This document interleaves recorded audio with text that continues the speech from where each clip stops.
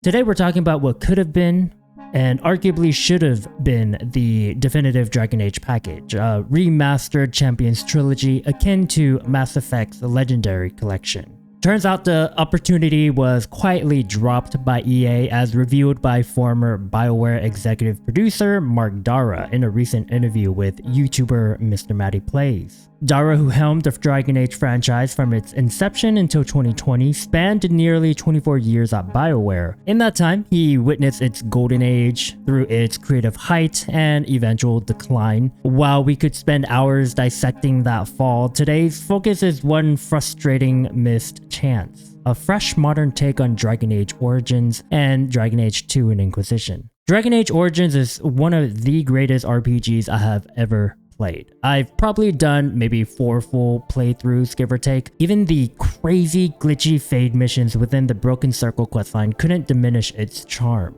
Nothing could. Other than the glitchy fade area, the game's deep combat build complexity, rich branching narratives, and choices that resonate across the world and even into future games remain remarkable achievements. The lore, the characters, the world building, it all just grabs you in a way that few games do. And yet we're never going to see that experience updated with modern visuals and updated mechanics. Why? Because EA apparently doesn't like free money. It's baffling, but that's the gist. Meanwhile, EA seems to be doubling down on whatever success they hope they can still make with Mass Effect, especially after Dragon Age Veilguard flopped and that very mixed reception and missed sales projections by 50%. Let's be real. It stung. They had high hopes for Veilguard, but the fallout hit hard. The failure likely made EA even more scared about investing in legacy titles like Origins. Here's where Mark Darrah's insight became critical. At one point, BioWare quietly floated an idea to bundle the first 3 Dragon Age games, Origins, DA2, Inquisition, into a remastered Champions trilogy. But EA rejected it.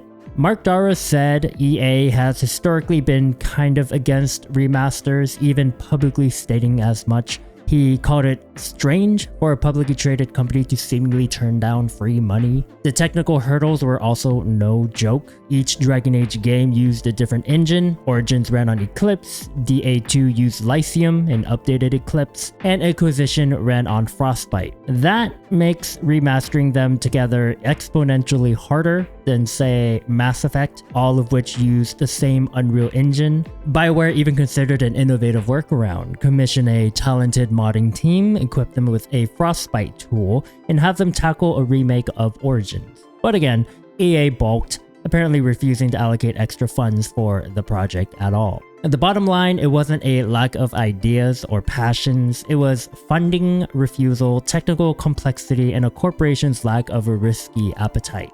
Darrah's reveal fits into a broader pattern. BioWare's Dragon Age teams repeatedly felt jerked around by EA, especially around the Veilguard era. Resources were pulled during development of Andromeda, leadership shifted, promises weren't delivered. Darrah even appealed directly to EA CEO Andrew Wilson and Patrick Soderlund, yet support never fully materialized. Meanwhile, EA has had a long-standing tune: invest in surefire hits, think Mass Effect, leave the nerdy stuff behind, even if it has passionate fans and deep storytelling. Origins may be critically acclaimed, but it doesn't have the same mainstream mass market sheen as Mass Effect. After Veilguard underperformed, the writing was on the wall. Dragon Age would remain on ice, while Mass Effect 5 got all the available attention. The community's response has been bittersweet. Many fans remain hopeful, urging for remasters and calling out EA's decision. In forums and social media, they've rallied around beloved characters like Hawk and the Inquisitor, expressing their grief that their stories won't be re-experienced with a new polish.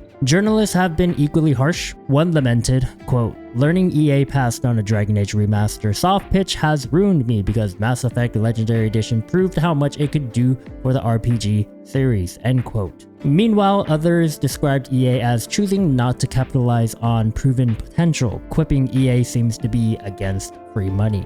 Look, I'm not rooting for any game to fail, especially not Mass Effect. Having more great RPGs in the world is a win, and maybe, just maybe, this next Mass Effect will surprise us and deliver that blockbuster success EA is leaning on. But I won't hold my breath. BioWare's resources are scattered. Key engine knowledge is gone. Only maybe like 20 devs reportedly still understand Eclipse engine by late 2023.